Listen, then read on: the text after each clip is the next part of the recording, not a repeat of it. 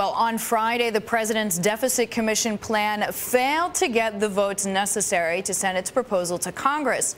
But our next guest says the creation of the panel was an incredible accomplishment. Rudolph Penner is with us now. He was the director of the Congressional Budget Office from 1983 to 1987. He is a former assistant director for economic policy at the Office of Management and Budget, and he is currently serving as an Institute Fellow at the Urban Institute. He recently participated as well in this Pew-Peterson Commission budget reform paper. We're pleased to have him with us this morning.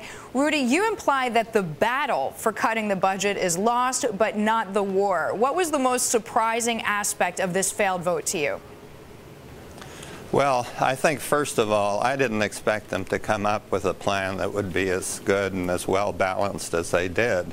But the most significant thing is that they got 11 votes for it out of 18 members. So even that surprised you? Yeah, and even more surprising is that 4 senators who have to run for election are behind this plan in general terms anyway.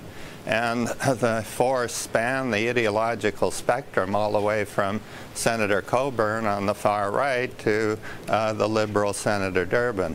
So, in other words, you feel like everybody realizes that this is a problem worth addressing and that it seems like it's important to their constituents. So what are the chances that Congress will pick up 1 or 2 aspects of the proposal and run with it independently?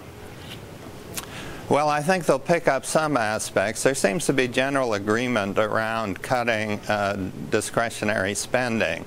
Both the president and various Republicans have advocated that. Now, unfortunately, there's much less agreement about the real causes of our problem, which are health spending and Social Security spending. Now, you said you were disappointed, right, about the health care costs or the way that those issues were looked at, right? Yeah, that's the one disappointing aspect of this plan. They did very little on the health side. Basically, all they did for the long run is set a goal starting in 2020 that health costs shouldn't rise more than GDP growth plus 1%. So it's too far out and not specific enough. I mean, would you want to see budgeting as the UK has, as Canada has? Absolutely. I think that's the only way we'll ever get a handle on health costs is to have a fixed budget. And about the only way you can do that in the United States is with some sort of voucher plan, as was advocated to the Commission by Representative Paul Ryan and Alice Rivlin, again spanning a wide part of the ideological spectrum.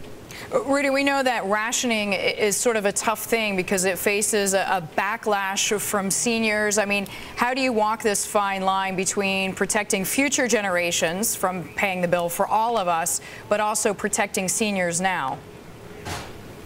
Well, the unfortunate fact is that there's going to have to be some rationing. We just can't afford to provide every medical technology that comes along. And the question is really, how do you do it? Do you do it bureaucratically, as they do it in Canada or Great Britain, or do we use some sort of market test, as would result from some sort of voucher plan?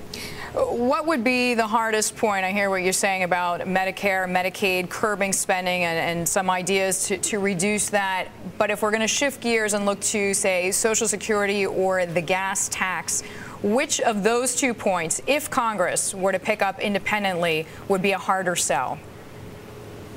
Well, probably the Social Security. With the gas tax, at least you have some constituents, namely the highway constructors and the states, who would favor an increase in the gas tax now. So it's not all one-sided.